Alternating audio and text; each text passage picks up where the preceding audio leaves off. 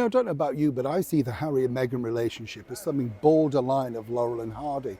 The sort of thing where the thin one used to pull his hair up and say, I've got it wrong again.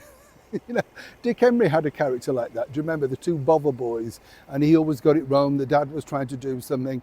And this is really the case now for Prince Harry, literally, and Meghan Markle. Now, one might suspect that perhaps she even sets it up. I mean, it has been known, of course.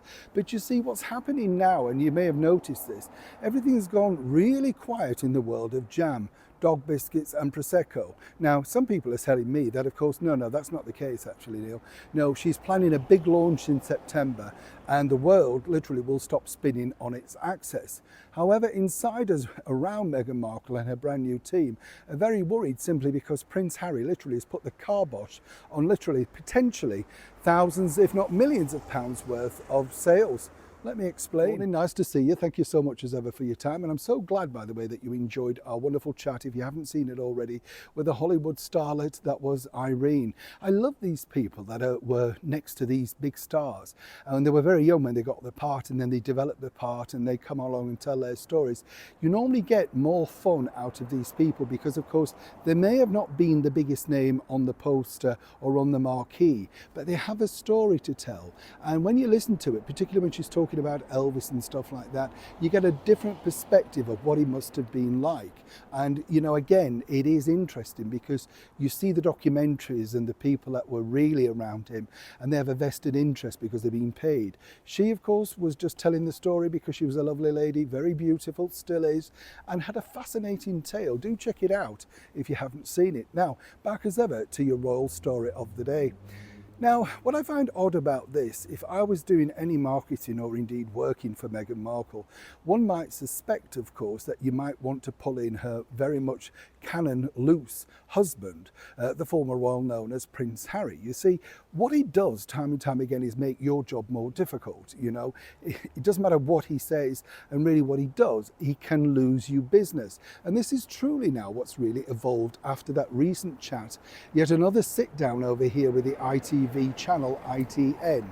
Didn't rate particularly well, wasn't a huge success, but then again, was anybody expecting it to be? You know what I'm saying? Fascinating when you think about it. Now, here's where it develops even further, because you see, for Harry, again, it's hard to imagine how stupid he is.